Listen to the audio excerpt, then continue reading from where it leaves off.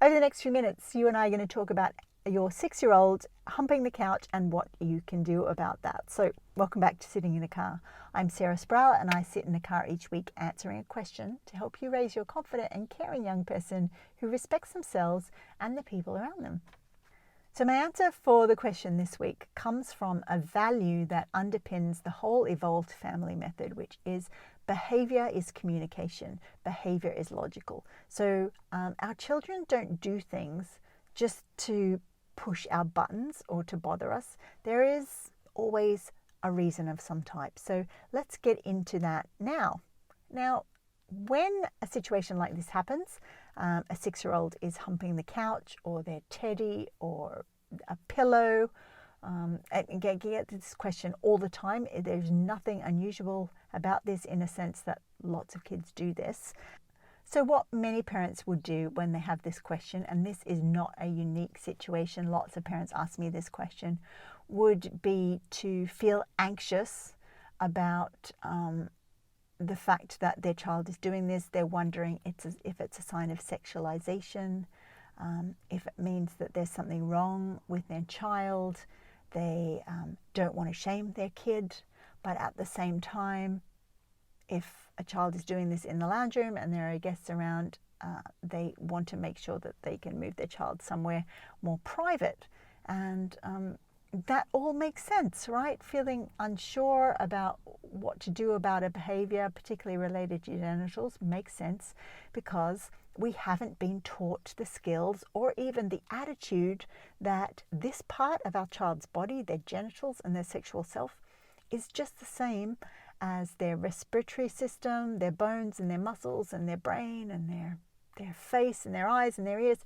It's just another part of who they are as a human, and that we as their adult, as their caring, loving parent or guardian, have the responsibility to support them and shepherd them through this journey of growing up.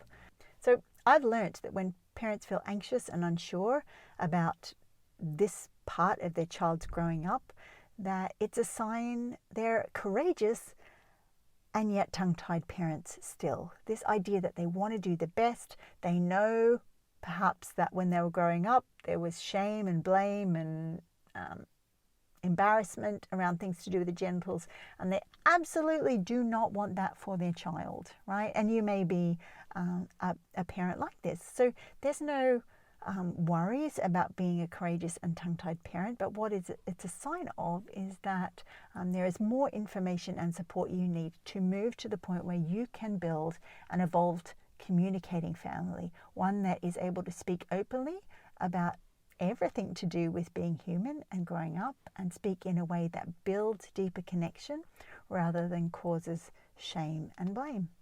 So in this episode, let's get into the 3 points that can help you with the 6-year-old who keeps riding the couch.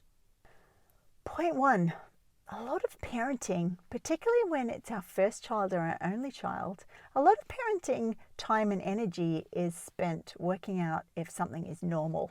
Like my 20-month-old has just done a big poo and it looks all green. Is that normal considering they just went to their cousin's birthday party and the icing on the cake was blue? Or my 4-year-old has just written the number 4444 in crayon down the length of the hallway. Is he going to grow into a delinquent, or is this normal? Right? So we can have all these fears and concerns about what things are normal. And for some of us, we might not be too concerned about the color of poo or whether our child draws on the wall, but we are absolutely worried about anything to do with their genitals. So it makes sense because, again, we live in a culture where we're not encouraged to consider genitals to be just a normal everyday part of life. So the first point is feeling, is this normal, is completely part of parenting. And just when is this normal is focused on sex and gender and genitals, we can often feel super worried about it because, again, we have been programmed to think about children and sexuality, that when they are in the same space, then there's something wrong.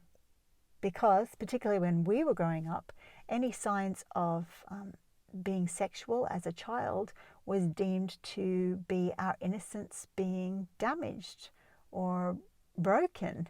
And what we know now in this day and age is that innocence is not the same as ignorance, right? Our child can be innocent and still have a lot of good and useful information about their body. So point one is really that we are learning as adults about what is awesome and fine for a child that grows up to do with their sexuality. And our child is teaching us that by being their awesome self.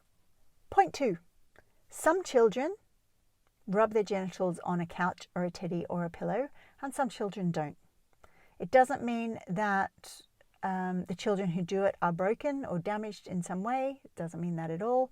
It just means that they find that stimulation, that sensation to be comforting or soothing in some way. If they feel upset, some children can go and do that. Some children do it when the morning routine is particularly busy. It's sometimes related to whether they need sensation to calm themselves down. Like some of you may know that some children need to be held tightly to feel calm. Some children like to be swung in swings. It helps them to feel calm. Some children, rub their genitals on furniture and that helps them feel calm. It's just another part of the diversity of our nervous system and our body. So point three, what happens next? You can teach your child that there are places that this is good to do and places where actually it's not really the right place to do things. So the couch, for example, if it's in the living room and you live in a sort of open plan living area, then the couch probably wouldn't be the best place. And a 6-year-old can absolutely learn about what behavior is right in one area is not necessarily right in another area. So the bathroom and the bedroom is a great place to rub our genitals on something else. You can use an example of table manners to talk about this too. So you can say that, well, when we go to the local restaurant, if it's a special occasion, it's a birthday party or something, we put on our nice clothes and we go and sit at a table quietly and we don't scream and run around because there are other people in the restaurant with us. So there are certain forms of manners and behavior that we follow so that everyone can feel comfortable in the shared space. And in the same way in our house, when we're in the shared space of the living room, then there are certain manners or behaviors that we follow. But in our bedroom, there's a different set of manners. So the restaurant has one set of manners. If we went for a picnic in a park, that has a different set of manners, even though they're both about food. So in the park, we're allowed to sit on the ground. We can eat with our hands. We might only wear a pair of shorts. We don't have to wear shoes if you're in Australia and it's warm. Maybe not so much Ireland. So we're highlighting to our child that there are different behaviors for different situations around the same thing. And when we touch our genitals is no different to that at all. And as you're having this conversation, it might be easier to start with an example of the restaurant, or you could use another example I love is when we go to the cinema, we wear a pair of jeans and a t-shirt, but if we go to the swimming pool, we wear our swimming trousers. We wouldn't wear our swimming trousers, only our swimming trousers, if we were going to see a film. So children completely and utterly understand how different behaviors are appropriate for different situations. Okay, so you've just learnt 3 points to help you have conversations and manage a 6-year-old who is humping the couch. Sometimes tips like this aren't enough though. And even if you have heard me talk about these in really simple, easy to and in a calm voice, you may not feel calm about what's happening in your house. And so there's a whole other series of skills we can learn around conversations that we can have with our kids to do with how we manage our own nervous system and our own fears and our own worries about things to do with sex and the body and genitals with our kids. And the Evolved Family Method has a whole section of that called the kindness pillar. So be kind to yourself. And at the same time, understand that our children do need us to teach them how to care for themselves, because we want them to be able to care for themselves. We want them to be able to do these things that help them feel calm and safe.